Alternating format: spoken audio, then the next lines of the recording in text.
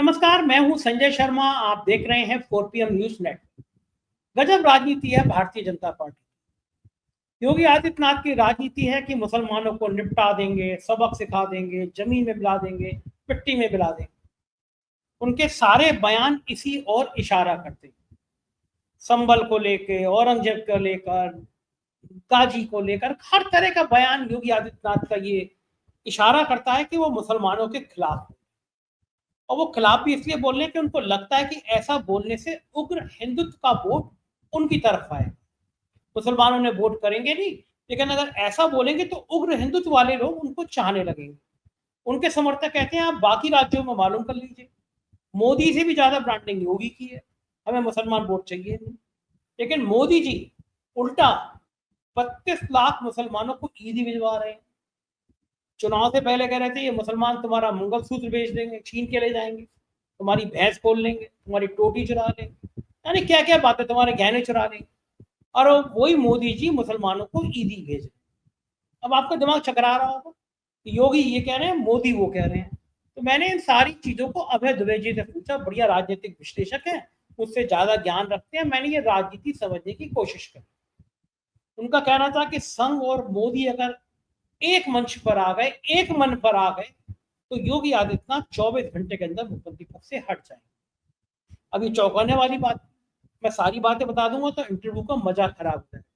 चलते हैं अभय दुबे जी के पास। पहले चैनल को सब्सक्राइब कर लीजिए, ज्वाइन कर लीजिए। अभय दुबे जी की बातचीत सुनेंगे तो आपको राजनीति की कई परतें वो खुलती हुई नजर आएंगी। चलिए, 4PM न्यूज नेटवर्क में स्वागत है अभय दुबे जी आपका। बड़ा हैरान हूं मैं तो, लखनऊ और दिल्ली के बीच में जो खींचतान चल रही है, जो रस्साकशी चल रही है, वो एक नए नए गुल खिला रही है। मोदी जो है वो बिल्कुल मुसलमानों को निपटा देने में आमादा है। वो कह रहे हैं कि संभल में जो वो उसको नहीं छोड़ेंगे, औरंगजेब को नहीं छोड़ेंगे, उसको नहीं छोड़ेंगे, उसको नहीं छोड़ेंगे। उनके मंत्री और उनके विधायक आगे बढ़ के मुसलमानों पे कमेंट कर रहे हैं। ऐसा लग रहा है मुसलमानों को नहीं देंगे वो। तो उनकी जो राजनीति है पिछले लंबे समय से, वो उग्र पे उग्र होती चली जा रही है। हिंदुत्व का बड़ा झंडा उठा रहे हैं वो। लेकिन मोदी जी जो है वो उल्टा कर रहे हैं, वो 32 लाख मुसलमानों को ईदी भेज रहे हैं। चुनाव आया था तो मोदी जी कह रहे थे मुसलमान तुम्हारा भैंस खोल के ले जाएंगे, तुम्हारी टोटी खोल के ले जाएंगे, तुम्हारा मंगलसूत्र बेच देंगे। और अब 32 लाख मुसलमानों को ईदी भेज रहे हैं वो, कि भैया ये बड़े भाई की तरफ से ईद की तरफ से, ईद के लिए हमारी तरफ से मिठाई और कपड़े। खेल क्या है, मतलब एक मारे एक पुचकारे, ये क्या जानबूझ के खेल है, रणनीति है, राजनीति है, ये सब है क्या? ये देखिए, इसको दो तरह से पढ़ा जा सकता है। एक तो ये है, एक तरीका तो ये है कि इसे दो तरफी चाल की तौर पर पढ़ा जा सकता है। एक तरफ तो देवेंद्र फडणवीस महाराष्ट्र में मुसलमानों को धमकियां दे रहे हैं रोज, औरंगजेब की कब्र के नाम पर। दूसरी तरफ उत्तर प्रदेश में संभल में खुदाई हो रही है और योगी आदित्यनाथ खम ठोक के कह रहे हैं कि ऐसे बहुत से संभल बनेंगे और भी जगह खुदाइयां होंगी। अभी उन्होंने एक पॉडकास्ट किया है योगी जी ने, इसमें उन्होंने साफ तौर पर मुसलमानों की वही घिसी पिटी आलोचनाएं की हैं जो मैं पिछले 30-40 साल से सुन रहा हूं, कि जहां पर 100 हिंदुओं के घर हैं वहां 2 मुसलमान आसानी से रह सकते हैं, लेकिन जहां पर 100 मुसलमानों के घर हैं क्या वहां पर 2 हिंदू रह सकते हैं? इस प्रकार की बातचीत की है। जैसे योगी जी वहां चेक करने गए हो कि 100 मुसलमानों के साथ 2 हिंदू नहीं रह सकते। तो ये बहुत पुरानी घिसी पिटी आलोचना है, इनका कोई अर्थ मतलब है नहीं कतई, लेकिन ये तो सांप्रदायिक लोगों की जुबान पर हमेशा बनी रहती है। तो एक तरफ तो ये सब हो रहा है और दूसरी तरफ मुसलमानों के सामने कुछ टुकड़े भी फेंके जा रहे हैं। देखिए, इस देश में करोड़ों मुसलमान रहते हैं, उसमें से 32 लाख मुसलमानों को छांटना योजना क्या है? भारतीय जनता पार्टी के अल्पसंख्यक मोर्चे के नेतृत्व में 32,000 भारतीय जनता पार्टी के 32,000 भारतीय जनता पार्टी के कार्यकर्ता 32,000 मस्जिदों में जाएंगे और वहां 32 लाख मुसलमानों को ढूंढेंगे, चुनेंगे। ये 32 का आंकड़ा बड़ा विचित्र है, पता नहीं कहां से आया है, लेकिन हर चीज 32 है इसमें। 32,000 कार्यकर्ता, 32,000 मस्जिदें और 32 लाख मुसलमान। इनको गिफ्ट हैम्पर्स दिए जाएंगे, सौगाते मोदी। उसमें क्या होंगे? उसमें खजूर होंगे, उसके अंदर महिलाओं के लिए कपड़े होंगे, उसके अंदर सेवइयां होंगी, उसके अंदर सूखे मेवे होंगे, इस प्रकार की उसके अंदर चीजें होंगी। ये उन मुसलमानों को दी जाएंगी। तो एक तरह की प्रतीकात्मक कार्रवाई है। हम सब लोग जानते हैं कि इस प्रतीकात्मक कार्रवाई से आगे भारतीय जनता पार्टी बढ़ने के लिए तैयार नहीं होगी। तो इस प्रतीकात्मक कार्रवाई से आगे दो तरीके से बढ़ा जा सकता है। पहला तरीका यह है कि जो 27% संविधान सम्मत आरक्षण मुसलमान ओबीसी मुसलमानों को प्राप्त है, भारतीय जनता पार्टी के आला कमान को, अपनी राज्य सरकारों को निर्देश देना चाहिए कि वो उनको ये सुनिश्चित करे कि वो 27% आरक्षण उन मुसलमान जातियों को मिले, उसके लाभ मिले जो इस आरक्षण के दायरे में आते हैं। नंबर एक बात, यहां से तय होगा कि आप वास्तव में मुसलमानों का हित चाहते हैं या केवल एक टोकन, एक प्रतीकात्मक किस्म की, संकेतात्मक किस्म की कार्रवाई कर रहे हैं। दूसरा सबसे बड़ा काम होगा कि एक ऐसा कोई गिफ्ट हैम्पर बनाए मोदी जी, जैसे ही मुसलमान लोग खोले उसे, उसमें से विधानसभा और लोकसभा की टिकट निकल पड़े। आप बताइए, भारतीय जनता पार्टी मुसलमानों को टिकट तो देती नहीं है। अभी कुछ प्रयोग के तौर पे कुछ पंचायतों के लेवल पे या नगर पालिका के स्तर पे कुछ एक आध कुछ टिकट कहीं कुछ दिए गए हैं। लेकिन असली बात क्या है, अगर आप वास्तव में चाहते हैं कि कोई समुदाय देश की मुख्य धारा में भागीदारी करे, राष्ट्र निर्माण में भागीदारी करे, राष्ट्र की प्रगति में अपना हिस्सा बटाए, राष्ट्र की प्रगति में अपना योगदान दे, तो उसका सबसे अच्छा तरीका है कि उसका राजनीतिक सशक्तिकरण किया जाए। जब राजनीतिक सशक्तिकरण हो जाता है तो आर्थिक सशक्तिकरण तो वो अपने आप प्राप्त कर लेते हैं, हक के तौर पर मांग लेंगे संसद में खड़े होकर। दिक्कत की बात यह है कि मुसलमानों का जो प्रतिनिधित्व है, उनकी नुमाइंदगी जो है विधायिकाओं में, संसद में और विधानसभाओं में घटती जा रही है। सब पार्टियों की जिम्मेदारी है, इसमें कोई शक नहीं, लेकिन देश की सबसे बड़ी पार्टी के तौर पर और 32 लाख मुसलमानों को 32,000 मुसलमानों में मस्जिदों में ढूंढकर उनको ईदी भेंट करने वाली पार्टी की तो सबसे ज्यादा जिम्मेदारी है। ये उन्हें करना चाहिए। अब ये नहीं करके टुकड़े फेंक रहे हैं उनके सामने, तो ये एक तरह की दो तरफी चाल है। यानी एक तरफ आपके यहां जो घोर आपके सांप्रदायिक मुख्यमंत्री हैं, जो नरेंद्र मोदी के उत्तराधिकारी होने का दावा भी कर रहे हैं, देवेंद्र फडणवीस और योगी आदित्यनाथ। योगी आदित्यनाथ नंबर 1 पे है, देवेंद्र फडणवीस तो उस स्तर पर जाना थोड़ा उनके लिए मुश्किल है, लेकिन वो भी नंबर 2 में है, क्योंकि वो वोट जिहाद वगैरह की अपील करके ये चुनाव जीते हैं। देवेंद्र फडणवीस अभी जो सांप्रदायिक बातें कर रहे हैं उसका इतिहास बिल्कुल स्पष्ट है, चुनाव से पहले ही करने लगे थे इस तरह की सांप्रदायिक बातें। तो जो व्यक्ति इस तरह की सांप्रदायिक बातें ना करता हो, वो राष्ट्रीय स्वयंसेवक संघ की प्राथमिकता सूची में नीचे चला जाता है।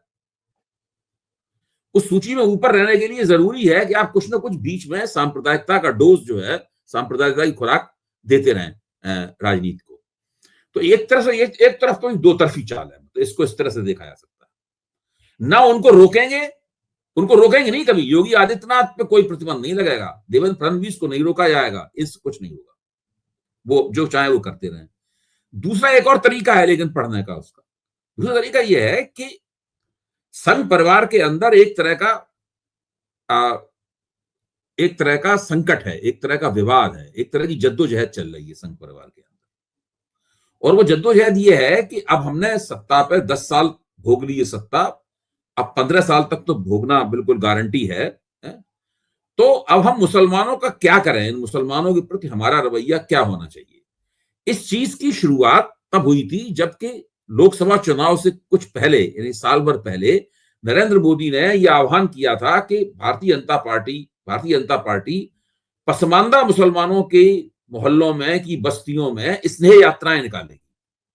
उसके दो मतलब निकाले गए थे, बहुत गंभीर बात है, इसके दो मतलब निकाले गए थे। एक मतलब उसका यह था कि भारतीय जनता पार्टी मुसलमानों के राजनीतिक नेतृत्व को, मुसलमानों की राजनीति को बांट देना चाहती है। वो अशराफ मुसलमान और अजलाफ मुसलमानों के बीच में भेद कर रही है, और भारतीय जनता पार्टी चाहती है कि जो पसमानदा मुसलमान है वो अशराफ मुसलमानों, खान, मुगल, पठान, सैयद, ऊंची जात के मजबूत ताकतवर मुसलमान हैं, उनके नेतृत्व की जकड़ से मुक्त हों और अपना स्वतंत्र नेतृत्व विकसित करें। अगर ये रीडिंग सही है तब इसको इस रूप में देखा जा सकता है कि जो लोग पसमानदा मुसलमानों के नेता थे वो चौंके करे, भाई अब बीजेपी अगर इस मैदान में आ गई तो हमारी फिर कौन सुनेगा। तो उन्होंने जल्दी सम्मेलन वगैरह करना शुरू कर दिए उनके, ताकि वो कहें हमारी दावेदारी भी बची हुई है। बहरहाल हुआ ही नहीं कुछ, कोई स्नेह यात्रा नहीं निकली, कम से कम मुझे नहीं पता, आपको पता हो तो बता दीजिए। मैं भी खबरों के संपर्क में रहता हूं, आप भी खबरों के संपर्क में रहते हैं। भाजपा ने कोई स्नेह यात्रा वगैरह नहीं निकाली, सारी जुबानी जमा खर्च की बातें थी। और फिर जैसे ही लोकसभा चुनाव शुरू हुआ, कांग्रेस ने अपना घोषणा पत्र जारी किया, मोदी जी ने घोषणा पत्र पढ़ा और वो बौखला गए और उन्होंने मुसलमानों को गाली देनी शुरू कर दी। पूरे लोकसभा चुनाव में मुसलमानों को वो गरियाते रहे। नतीजा कुछ नहीं निकला, नतीजा कुछ भी नहीं निकला। नतीजा ये हुआ और उल्टा नतीजा एक तरह से उल्टा निकला। उल्टा नतीजा ये निकला कि उन्होंने बहुमत खो दिया और उस इलाके में खो दिया जहां सबसे ज्यादा मुसलमान विरोधी राजनीति करके हिंदू गोलबंदी की गई थी, उस इलाके में बहुमत खो दिया। उत्तर प्रदेश में बहुमत खो दिया, बिहार में पिटाई हुई, राजस्थान में पिटाई हुई, हरियाणा में पिटाई हुई, सब जगह पिटाई, इन सब जगहों में पिटाई हुई। तो ये सारी बातें जो हुई हैं, अब ये लोग फिर से चाहते हैं कि किसी तरीके से मुसलमानों के साथ में कुछ संबंधों को अच्छा किया जाए। इसके पीछे एक और कारण हो सकता है, अंतर्राष्ट्रीय छवि वाला मसला भी इसमें शामिल है। मध्य पूर्व के जो तमाम नेता आते हैं, ओमान के नेता आते हैं, सऊदी अरब के नेता आते हैं, संयुक्त अरब अमीरात के नेता आते हैं, उनसे मोदी जी गले मिलते हैं और उसके साथ बैठते उठते हैं, तो वो भी एक है कारण। तो इस तरह से देखा जाए इसके कई पहलू हैं। मुझे तो अभी फिलहाल ये मुख्य तौर पर एक दो तरफी चाल लग रही है कि एक तरफ आप एक मुसलमान विरोधी राजनीति को भी प्रोत्साहित करते रहें और दूसरी तरफ एक प्रतीकात्मक किस्म की राजनीति भी करते रहें कि मुसलमानों के प्रति हमारे मन में एक बिरादराना भाव है। इसके अलावा इसमें और कोई दम नहीं है, क्योंकि अगर मुसलमानों के प्रति बिरादराना भाव से आप आगे जाना चाहते हैं, तब तो आपको या तो उनको आरक्षण के फायदे दिलाने की गारंटी करनी होगी या उनको पार्टी में और उसके साथ में पार्टी में उनको कुछ टिकट वगैरह भी देने होंगे ताकि संसद और विधानसभा में उनकी नुमाइंदगी बढ़े। और जब ये इतना करेंगे, जैसे ही आप मुसलमानों की तरफ दोस्ती का हाथ बढ़ाएंगे, मुसलमान देखेंगे उस दोस्ती के हाथ में आरक्षण के फायदे रखे हुए हैं और उस दोस्ती के हाथ में संसद और विधानसभा के टिकट रखे हुए हैं, वो उस हाथ को फौरन थाम लेंगे। ये ठीक है, लेकिन ये योगी आदित्यनाथ की भावनाओं पे प्रहार नहीं है। वो तो बिल्कुल ये मैसेज देना चाहते हैं कि मतलब मैं ईद नहीं मनाता, संभल जैसा हाल कई और जगह होगा, आक्रांताओं का मतलब वो इनडायरेक्ट जितने मैसेज हो सकते हैं मुसलमानों को देते हैं। तो योगी आदित्यनाथ ने जो अपना एक स्टाइल बनाया है, या जो हिंदुत्व के बड़े नायक बन भी गए हैं, इसमें भी कोई दो राय नहीं है, बल्कि मैं तो कहूँगा कि मोदी से भी आगे निकल गए हैं हार्ड लाइन लेने में। वो जिस तरह से तीखे बयान, बल्कि जो जहरीले बयानों वाली लिस्ट आई थी उसमें योगी आदित्यनाथ का नाम सबसे ऊपर मेरे नेताओं में से था। तो जो योगी आदित्यनाथ जिस तरह की जहरीली भाषा बोल रहे हैं, उन्हीं के उत्तर प्रदेश में अगर प्रधानमंत्री जी की ईद आएगी, मोदी जी की ईद आएगी और उत्तर प्रदेश की में लोग मुसलमानों को ईदी दी जाएगी, तो फिर योगी आदित्यनाथ किस मुंह से मुसलमानों को हड़काएंगे? यानी ये योगी आदित्यनाथ के सपनों पे तुषारपात नहीं होगा। मेरा मानना यह है कि योगी आदित्यनाथ इस चीज को समझ रहे हैं। वो केवल ये देख रहे हैं, वो केवल ये देखेंगे कि क्या ये कार्रवाई और आगे बढ़ती है। अगर ये चीज यहीं तक रुक जाती है तो उसमें योगी जी को कोई दिक्कत नहीं है। तो एक दिन की कार्रवाई है, एक दिन में ईदी बढ़ जाएगी, चारों तरफ सौगातें मोदी बढ़ जाएगी, उसके बाद बात खत्म हो जाएगी। अगर भाजपा संगठन की तरफ से एक कदम और आगे बढ़ाती है, इसका मतलब है कि राष्ट्रीय स्वयंसेवक संघ का आशीर्वाद भी उसके हाथ भी उसके पीछे है और वो मुसलमानों के साथ और भी हेल मेल करती है, तो योगी आदित्यनाथ समझ जाएंगे कि अब हमारा समय जो है ना बहुत ज्यादा नहीं चलेगा, क्योंकि तब उसका राजनीतिक परिणाम होगा और वो राजनीतिक परिणाम योगी आदित्यनाथ को अपने भाषणों और व्याख्यानों में पाबंदी लगाने की तरफ, पाबंदी की तरफ ले जाएगा। मेरा मान, ये दोनों काम साथ साथ नहीं चल सकते, एक बार जरूर चल सकता है। तो एक बार आप ईदी दें या कोई थोड़ा बहुत मुंह दिखाई कर लें, हैं? लेकिन दूसरी तरफ ऐसा हमेशा होता रहे और योगी आदित्यनाथ हमेशा ही मुसलमानों के खिलाफ जहर उगलते रहें, ये बार बार साथ साथ नहीं चल सकती। इसमें कुछ ना कुछ किसी चीज को बंद होना पड़ेगा, या तो ये प्रतीकात्मक घटना होकर खत्म हो जाएगी या योगी आदित्यनाथ की राजनीति जो है उसको संयमित और मर्यादित किया जाएगा। अगर वो नहीं संयमित और मर्यादित होंगे तो फिर अमित शाह, नरेंद्र मोदी और मोहन भागवत के बीच में एक समझौता होगा और समझौते के फलस्वरूप 24 घंटे में योगी आदित्यनाथ मुख्यमंत्री नहीं रह जाएंगे। 24 घंटे में? भाई देखिए, मैं मानता हूं कि आज भी राष्ट्रीय स्वयंसेवक संघ बहुत ही शक्तिशाली है। मैंने राष्ट्रीय स्वयंसेवक की शक्ति के ऊपर कभी मुझे कोई किसी किस्म का अविश्वास नहीं रहा। लालकृष्ण आडवाणी बहुत ही बड़े नेता थे, लालकृष्ण आडवाणी छोटे मोटे नेता नहीं थे। आज भाजपा जो है वो उनकी वजह से है उनकी। और जब संघ को उनकी एक बात पाकिस्तान में जो उन्होंने किया था जिन्ना के नाम पर, वो नापसंद आई तो हवाई अड्डे पे उतरे, हवाई अड्डे से वो भाजपा दफ्तर तक गए, इस बीच में उनकी राजनीति खत्म हो गई। उनका कोई स्वागत करने नहीं गया वहां पर, कोई अगवानी करने नहीं गया, यही कहने गया कि भाई अब आप खत्म की, अब आपका काम खत्म है, यही संदेश देने गया था उनके पास। तो बहुत देखिए, बहुत शक्तिशाली है वो, केवल एक आपसी समझदारी बनानी है उन्हें। अभी मोदी जी को लगता है कि संघ नहीं चाहता उनको हटाया जाए, लेकिन मोदी जी लगेगा संघ चाहता हटाया जाए तो उन्हें कितनी देर लगेगी उन्हें हटाने में। अच्छा, आप ये भी तो देखिए, अभी नंद किशोर गुर्जर ने, बिल्कुल ताजा उदाहरण मैं आपको देता हूं और आपको निश्चित रूप से ये बात पता होगी, मैं इसको बिना संदर्भ के इस पूरी चर्चा में जोड़ रहा हूं। नंद किशोर गुर्जर ने योगी जी के खिलाफ वक्तव्य दिया, कुछ उल्टी सीधी बातें उनके बारे में कही है, जो योगी जी के समर्थकों के लिहाज से उल्टी सीधी बातें थी। तो जो उत्तर प्रदेश के एक उप मुख्यमंत्री हैं, उन्होंने उनके साथ मंच साझा किया, केशव मौर्य ने। हाँ, आप इससे अंदाजा लगाइए कि जो योगी जी के खिलाफ उन्हीं की सरकार में ये सब हो रहा है लगातार, और योगी जी इन सब लोगों के खिलाफ कोई कार्रवाई नहीं कर सकते। न वो केशव मौर्य के खिलाफ कोई कार्रवाई कर सकते हैं, न नंदकिशोर गुर्जर के खिलाफ कोई कार्रवाई कर सकते हैं। शक्तिशाली मुख्यमंत्री होने के बावजूद, काफी ताकतवर मुख्यमंत्री हैं वो मुसलमानों को गाली दे सकते हैं, लेकिन केशव मौर्य को डांट नहीं सकते, वो नंदकिशोर गुर्जर को फिट नहीं कर सकते। तो योगी विरोधी गुट जो है पूरा का पूरा उत्तर प्रदेश की राजनीति में पूरी तरह सक्रिय है, मजबूत है। बीच बीच में वो अपने आप को मुखर रूप से व्यक्त करता रहता है, और उसका कोई योगी जी के पास कोई चारा नहीं है उसको बर्दाश्त करने के अलावा।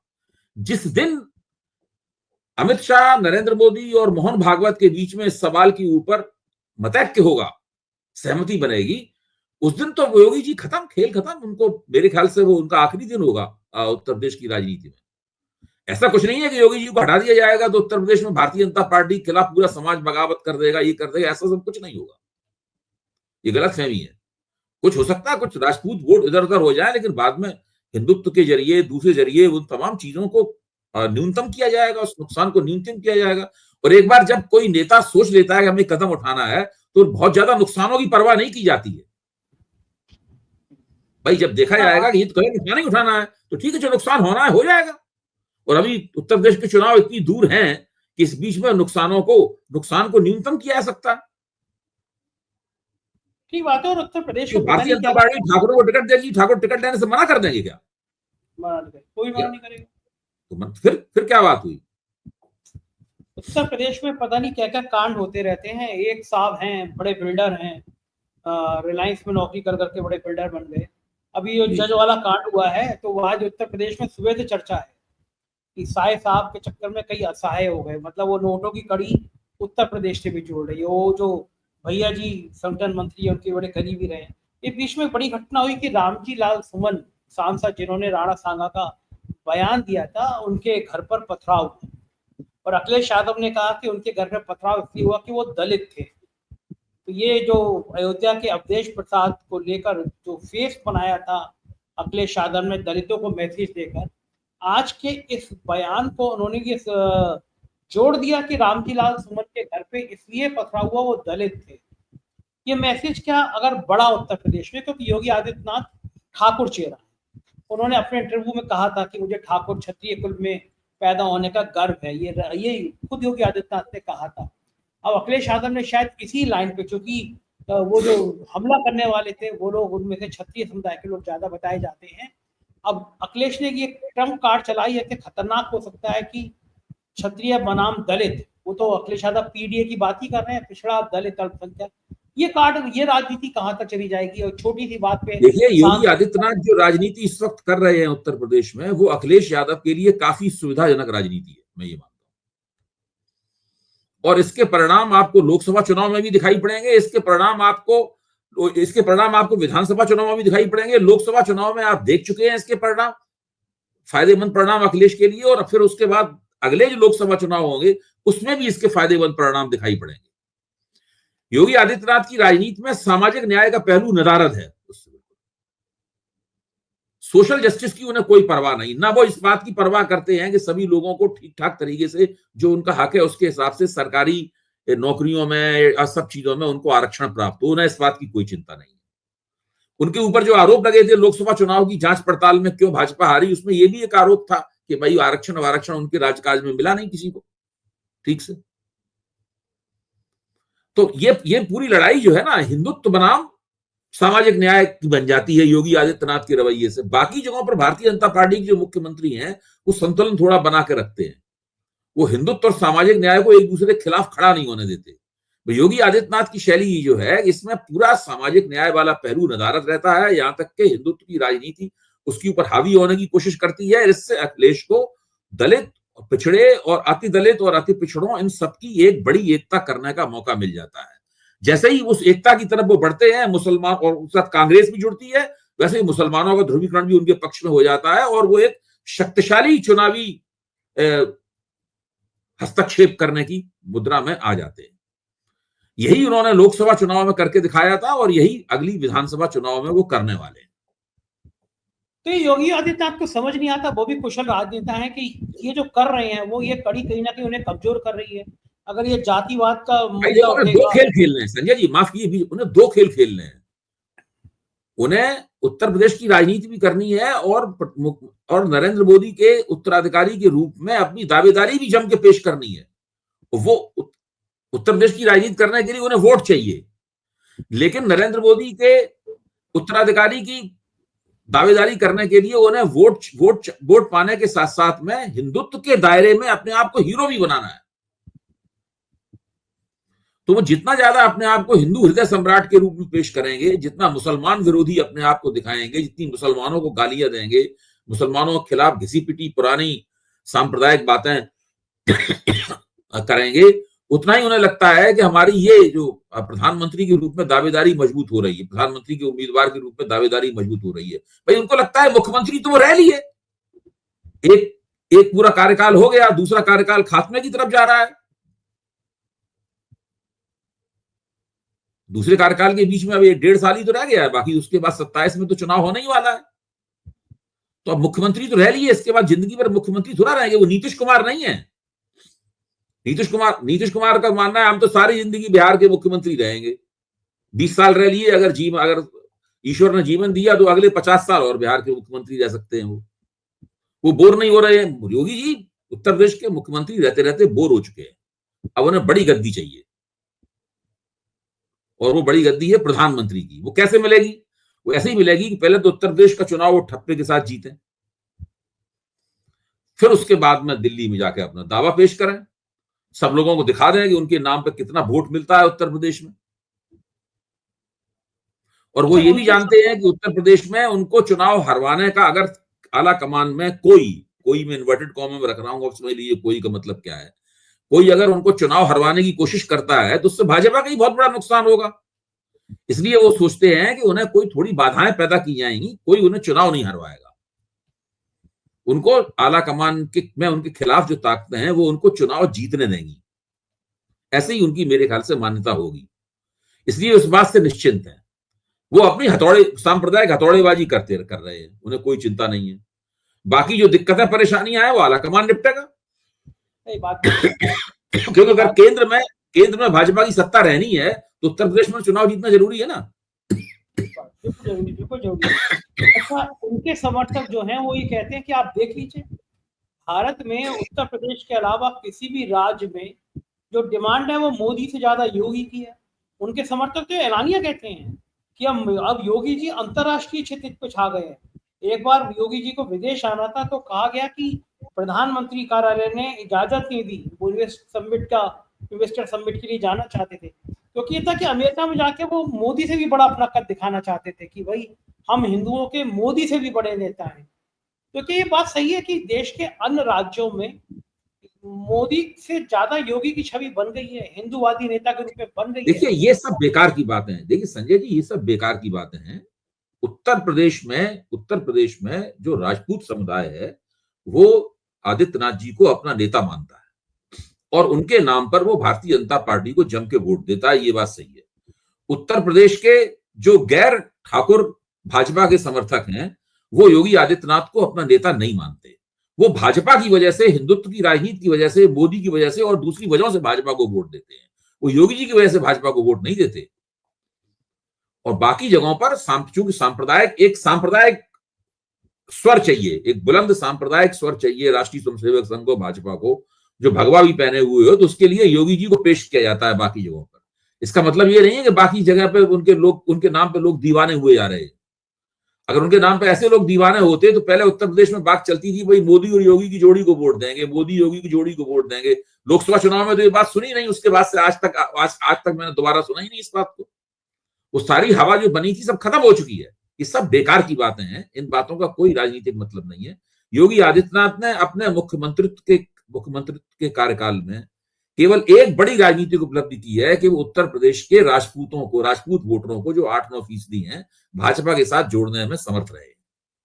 और एक और बात बता दूं, जिस दिन उनको मुख्यमंत्री पद से हटाया गया, उसके बाद में कुछ एक ठाकुरों को छोड़ दे, तो उसमें 9% में से 8-9% में से 2-3% राजपूतों को छोड़ के, जो उनके नाम उसके बहुत व्यक्तिगत रूप से जुड़े होंगे, बाकी सब लोग उनके साथ साथ गोरखपुर नहीं आएंगे पूजा करने के लिए, गोरखपीठ में वो रहेंगे।